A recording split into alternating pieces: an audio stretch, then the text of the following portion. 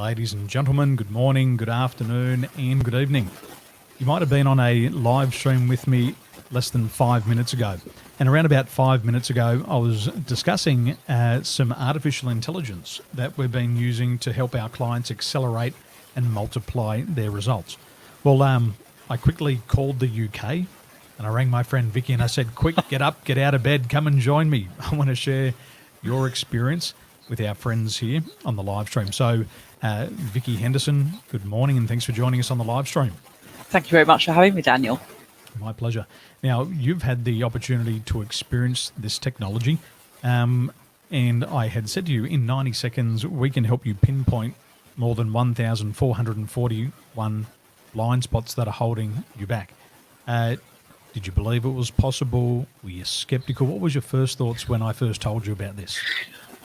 Daniel, most things that you tell me I kind of believe, but I have to say this one was one that I was a little bit like, I do know the guy behind it, so I now know I'd spoken about it before, the connection.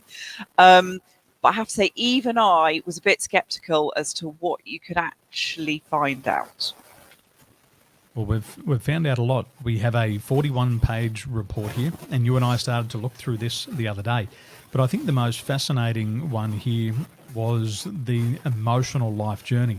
And if it's okay with you, I'd like to unpack this today, because before I was talking about the root cause of these mental and emotional blockages, but now that you're here, you can start to possibly share some insights into what was happening at these times of your life. Would that be okay? Yeah, absolutely. Let's do it. Okay. Well, ladies and gentlemen, I have a piece of technology and it uses artificial intelligence to identify your emotional intelligence. And with a 90-second voice recording, we can pinpoint more than 1,441 emotional triggers. Once you understand your triggers, then you can start to work on regulating and overcoming those mental or emotional blockages that hold you back.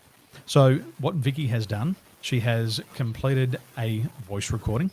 We've done our voice analysis and we've identified more than 1,441 blind spots. And today we're going to show you Vicky's emotional journey and we're going to unpack this together and we're going to understand exactly what was happening in Vicky's life at these key periods. So this is your emotional life journey, Vicky, and on the right-hand side, it starts at birth and then comes all the way up, and a gentleman never asks a lady's age. But it's very clearly stated on your screen.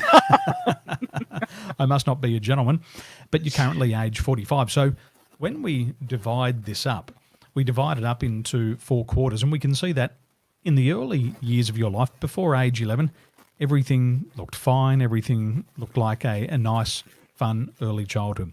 Was there any major traumas, major challenges in the first 11 years of your life? I was quite a sickly child, but essentially a happy child. So I had, I've got great memories of that period of my life. It kind of all started to change when I was about 10 and a half and got packaged off to boarding school from Germany to the United Kingdom. So what age did that happen? I was 10 and a half when that happened, but initially it was kind of an okay experience. So we can see here the first 4 green bars here represents emotions that are constructive emotions. But we can see around that the first red bar, the one that says G on the bottom here, we can see that after 11 and a half, coming into around about age 15, there was some stress in your life. What was happening around about age 15 for you? It was my GCSE year. I was utterly miserable at school.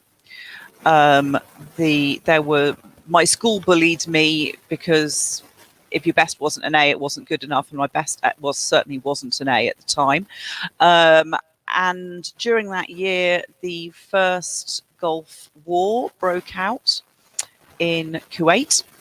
Well, it didn't actually break out till the following, the beginning of just before my 16th birthday. But my dad was basically sent out to Bahrain to command during that time. So we were left on our own. So I'm at school trying to manage myself, but also look after the other children whose dads were out there, and try to get my qualifications to escape from this school that I hated. And actually, one thing I didn't tell you the other day, and I thought of afterwards, in that same year, in the run up to that war, one of my best friend's fathers was actually killed in training for it. So there's another trauma that you can add to the list, Daniel.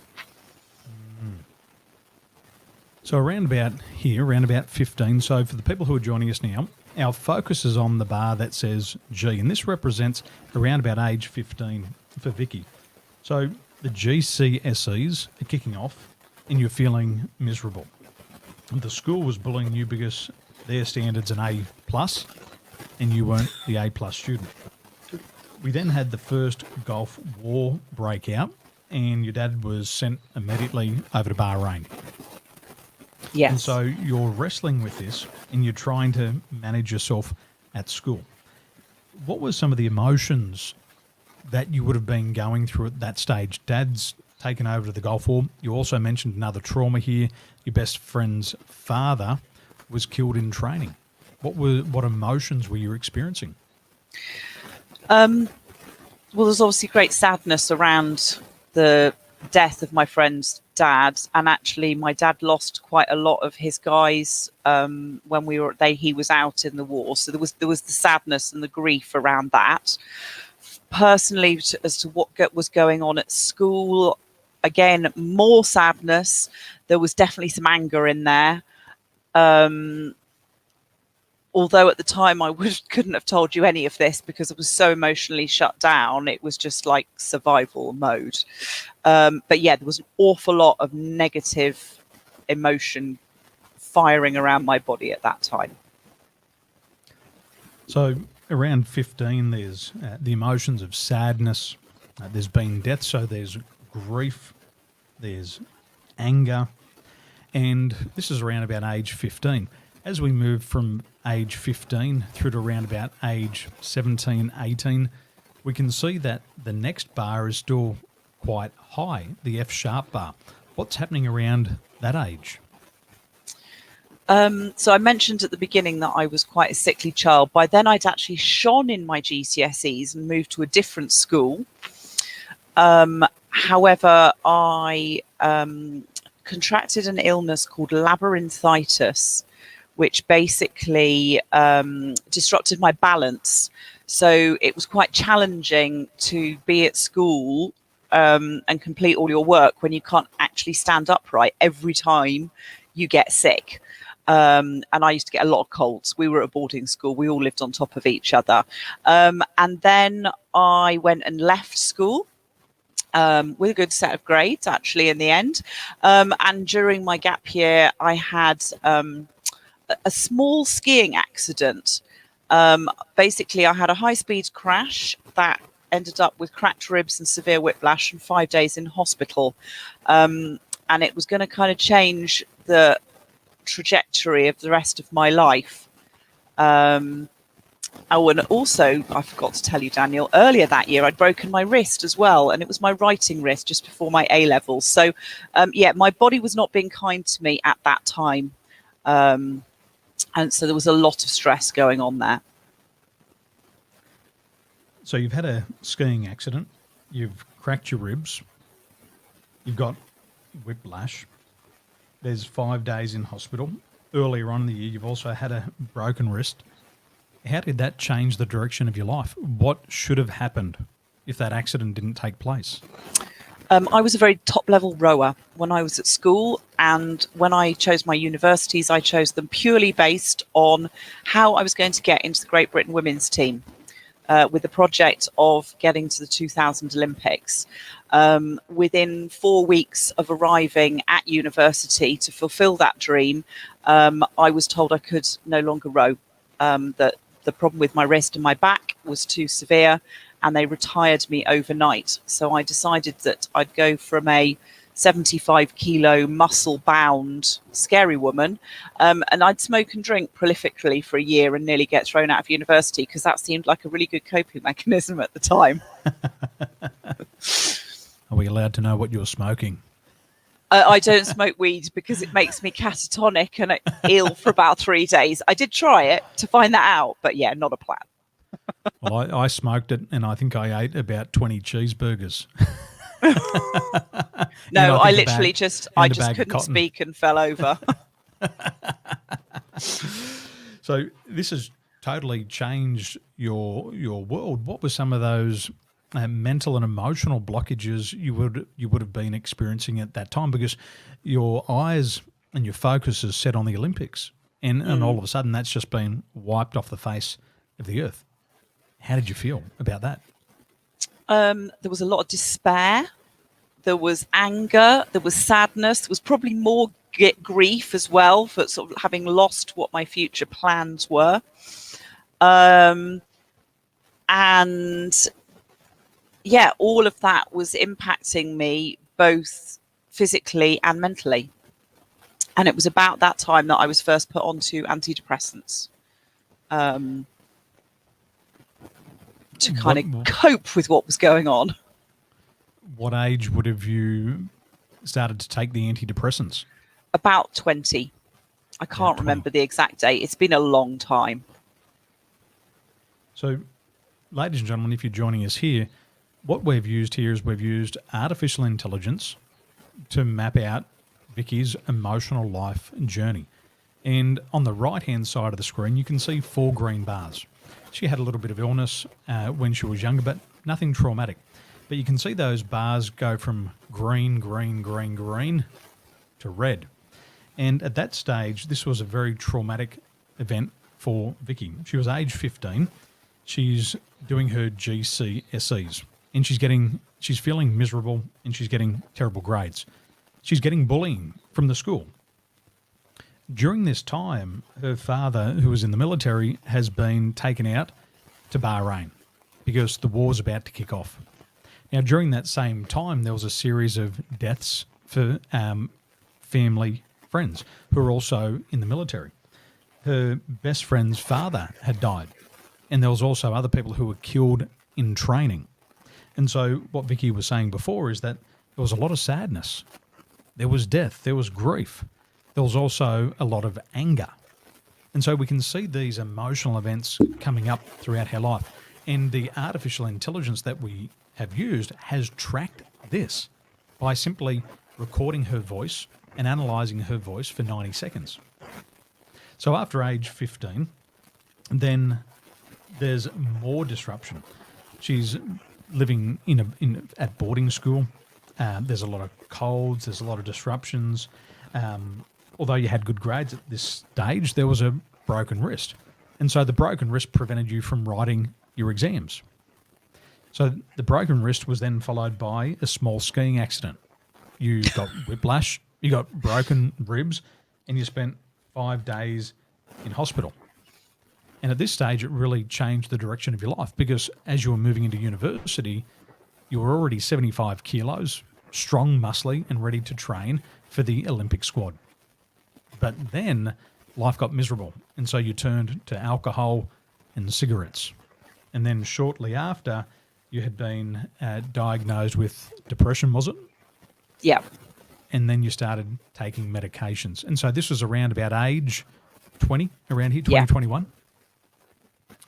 So what happened after that? What came next? Because we can see that these red bars are getting bigger and bigger and bigger, which lets us know that there's more emotional trauma here. So what's coming? What's on the horizon, Vicky?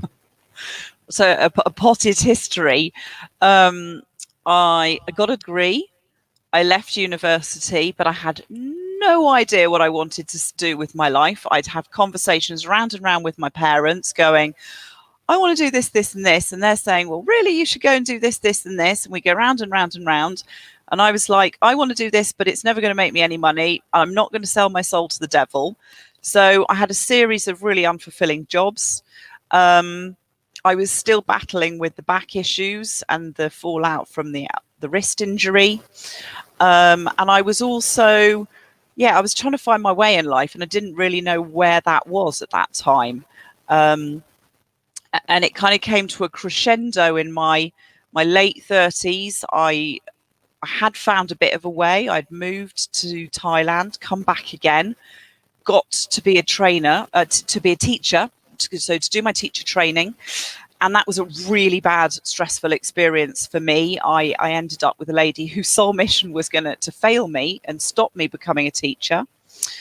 I then qualified as a teacher, hated every minute of it, moved to France. Yeah, it was a really turbulent period of my life. Looking at it now, I can see that, but at the time it was just like, it was survival. It was just like, I don't know what I'm doing. Let's just go with the flow and see what happens. During this time, I was also coming to terms with the fact that relationships were not for me. I probably wasn't going to get married. I wasn't going to have any kids. So yeah, I mean, a real cocktail of stuff going on, Daniel. And at that peak there, we can see it go all the way up to E and D. What was the peak moment as you reflect back on it? What you can see now, but what you couldn't see back then. What was that peak moment? What was the most stressful time for you? I think the most stressful time was the training to be a teacher and the year after that, and realizing that I just put 2 years of my life into something that wasn't going to work out. And then the transition of moving over to France. And what I find interesting is I actually have quite good memories of that early transition. My mother would probably tell you differently, but the levels of emotion are still very high.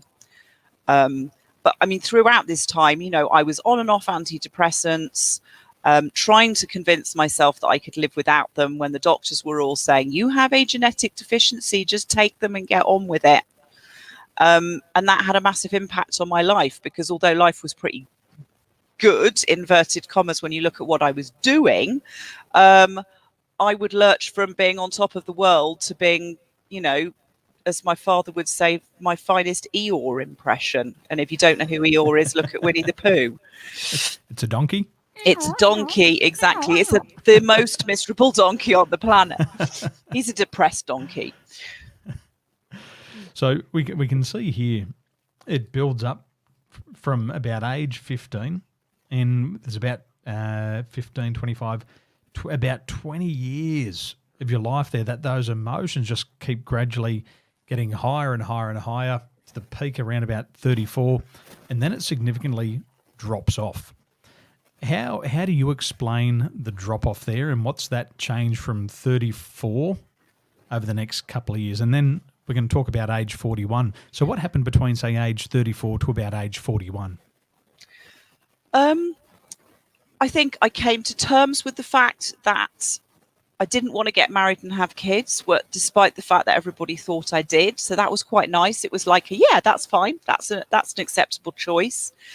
I actually sold my business and my parents' business. We sold both our businesses, and I became employed, which was a lot easier on my mind. I think at the time I was good enough at French to be employed. I was doing jobs I quite liked. There was a little blip, which is that last red one, when I had a car accident. Somebody drove into the back of me that triggered fibromyalgia. So I spent a month in bed, unable to do anything, including walk very much, and then a year recovering from that. But then I kind of accepted it and got on with it, and I started to be a lot more solution focused than problem focused. You know, I had to adapt my life, but I was like, right, I'm not going to let this get the better of me. I'm not going to give up skiing. I'm not going to give up walking. I'm going to keep going and find solutions. So there was a transition from woe is me to I'm kind of okay now. I did have another massive blip in 2013, which is probably the end of that D bar, moving into the C bar, where I kind of fell off the planet for 2 months. I had a severe nervous breakdown. But that was kind of the beginning of the Renaissance. What a wild ride. It was a wild ride. And then I met a bloke called Daniel Tolson.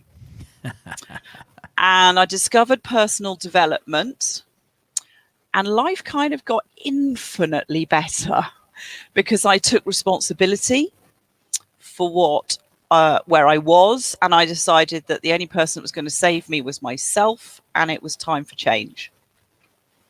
So we can see here the final thing you were saying here was there was a car accident, and it Yeah. triggered fibromyalgia, and then you spent a year in recovery. Hmm. And then at around about 41, you started to take responsibility for your life. And we can see that those bars go from green to red and then significantly drop off. So as we look at that C bar now, that represents around about the past 4 years of your life. What is different about the past 4 years, and what's the new direction for your life? What have you done, and where are you going now?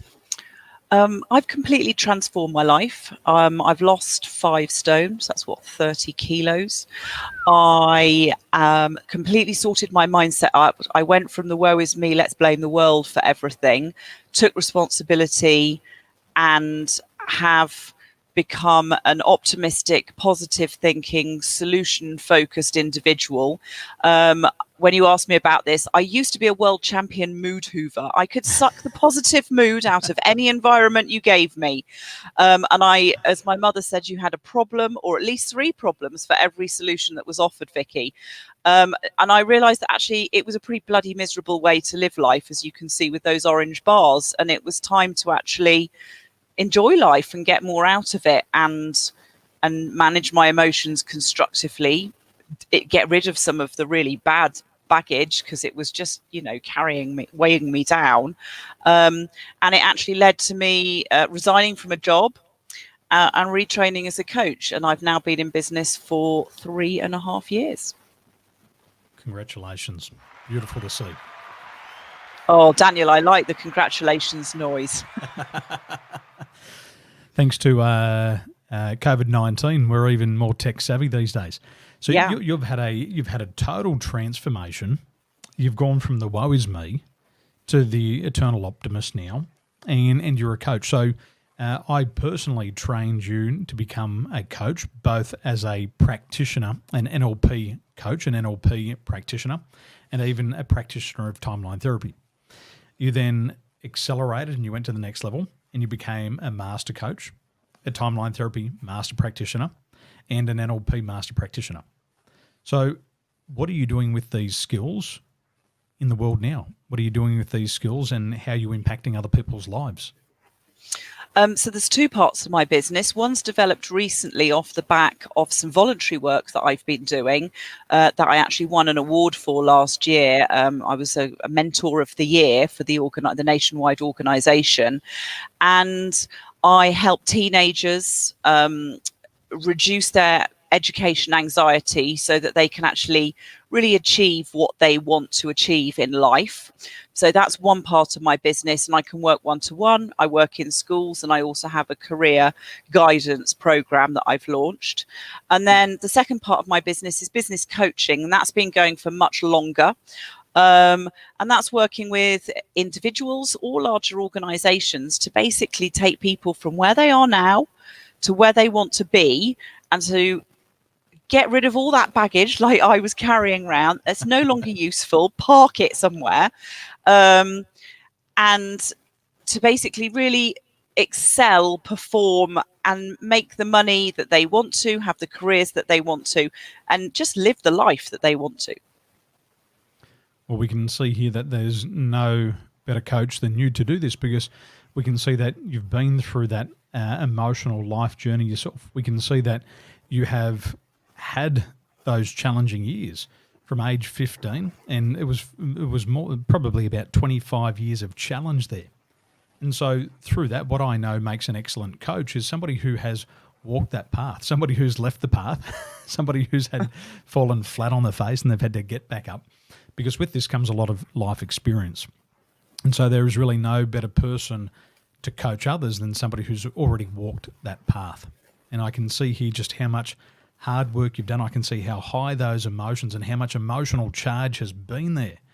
And if we just went back through some of these events that have taken place in your life, it really enables you to give people a different perspective and give them some great sound advice on what to do to overcome their mental and emotional blockages. So if we map this back out, ladies and gentlemen, starting there on the first red bar, have a look at the red bar on the right-hand side. The letter G is under there. This is the start of Vicky's emotional life journey. Here there's a lot of stress in her life.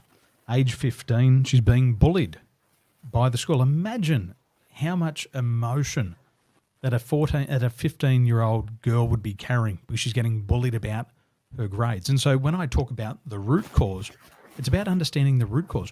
Where do our limitations come from? And so once you understand where they come from, you can begin to change them. So at age 15, there's this bullying. Next, the Gulf War is about to kick off, and her father is sent to Bahrain, ready for the war. During training for the war, family members, her best friend's father died, and then other family members died in training. So you can imagine the fear that's happening. My dad's been sent over to Bahrain, and I've got to sit back here and just wait to see what's happening.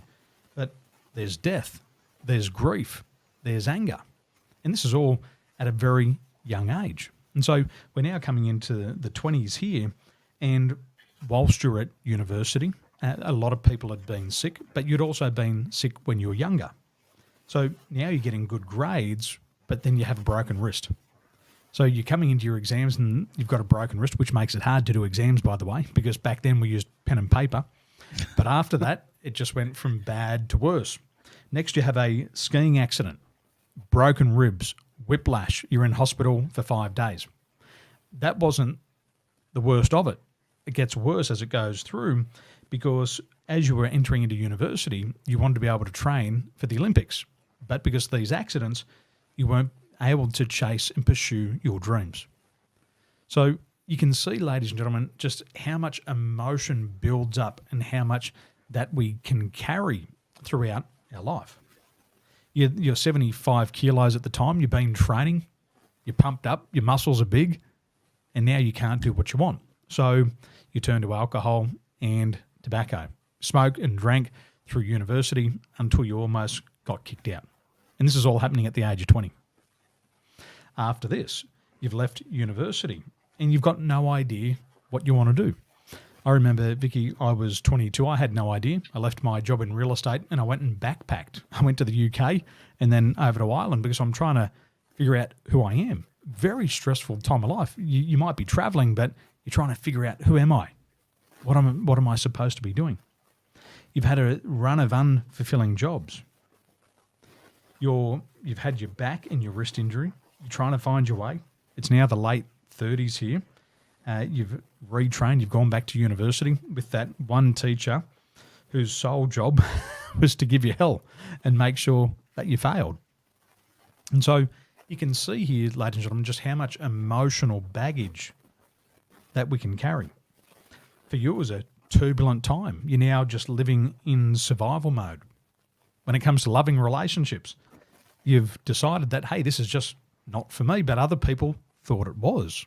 You know, we get these external pressures. And then you've been diagnosed with depression, and then you're on and off these medications for years.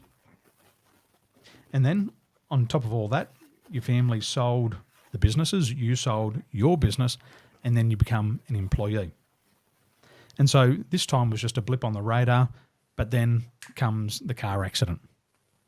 The car accident comes along and it triggers fibromyalgia. It's not the month in rehabilitation, it's the whole year that follows where you're trying to get your life back on track. And so all of a sudden you come into this transition. And you said here, woo is me type of life. You're like an emotional vacuum. You could suck the joy out of any room. And so in 2013, things are challenging. You're 30 kilos heavier than you are now, 5 stone more. And life was about blaming others. But now this transition takes place and you've accepted responsibility for your life. You're focused on possibilities and you're focused on solutions. You've retrained, you've become a coach, and now you're helping hundreds of people. And we can see that it goes from bad to worse, and then it drops down back to good. And now your life's on track, and you're helping other people overcome the same mental and emotional blockages today. What an amazing journey. And for a woman who was a little bit skeptical about how accurate this would be, yeah, I had to shut up, didn't I, Daniel?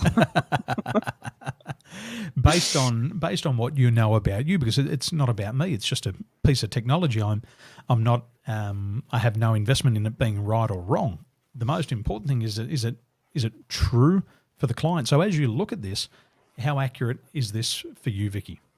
Completely. Absolutely spot on, and everything else that we went through as well, beyond this small piece of that time we spent together, was spot on as well. At the beginning, I was a little bit hesitant when there was a couple of things that came up, and then I kind of had to admit that actually COVID has kind of unbalanced my own emotional intelligence a little tiny bit. So yeah, actually it might be true. So yes, by the time we got through to the end of it, I was yes, in complete agreement with the assessment, Daniel. It's amazing the technology we have, ladies and gentlemen. This was all from a 90-second voice recording. So from a 90-second voice recording, we can identify 1,441 blind spots. And once you have this information, then you can start to break through those mental and emotional blockages. And the reason why I love it is because I used this technology and it worked for me. And as soon as it worked for me, I made sure Ninny used it. Even our 7-year-old daughter, Nikita, she's 7 years and 10 months. Imagine that. She came to eat that frog in Manchester in Farnborough all those years ago. And then she come back through did she come to the Success Breakthrough? No. I think Ninny I don't think so. No, Ninny was pregnant. Ninny with was Caesar pregnant with Caesar, yeah. With Caesar. And so even my 7-year-old is using this technology because we want to understand her better. We want to understand where the trauma has been for her and being able to, as parents, guide her more effectively. My mother-in-law's using it. She looked at it and she went, wow, that's accurate. My cousins are using it and our business partners are using it. So I'm convinced that it's amazing. And if anybody else wants to experience it for themselves, please message me on Facebook today and I'll get it into your hands so you can experience what artificial intelligence can do for your levels of emotional intelligence. So, Vicky, thank you for, 1, your vulnerability, 2, your transparency, and 3, for getting out of bed really early to come and help us. But before we go, I got 5 questions. I want to ask 5 questions of you, and I'm going to go through these really, really quick. First question, what frustrates you the most? People who aren't living their lives to the full when they could be. And what's your most embarrassing moment? Well, as of this morning, not turning up for the first live, which is what I should have been on. There you are. The truth is out. And what one book has had the most impact on your life? The Untethered Soul by Michael A. Singer. Mm-hmm. And what did you learn? It was phenomenal. It was about embracing change, about how you see the world, about your inner voice. And it was recommended to me very early on in my personal development journey. And it had a huge impact on me. I think I've listened to it about 4 times now. Wow. Now, we've spoken about your mental or emotional blockages. Out of all the mental and emotional blockages that have held you back the most, which one has had the biggest negative impact on your life? I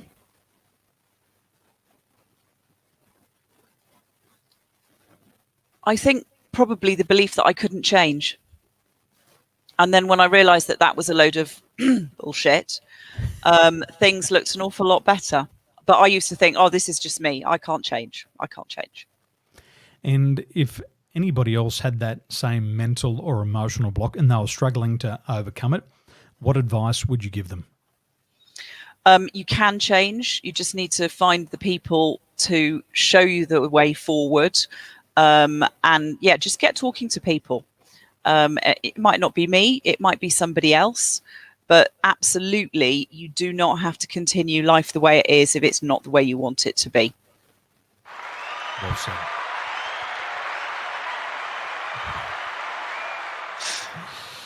Well, thank you so much for getting out of bed nice and early. Thank you for the transparency. Thank you for letting us take a look into your emotional life journey. And I know that, Vicky, you've helped so many people change. And I believe that by having this live stream today, it's going to give a lot more people a lot more courage to make the change they need. So I really appreciate your time, ladies and gentlemen. Thank you for joining us today, and we'll see you soon. Have a wonderful day. Thank you.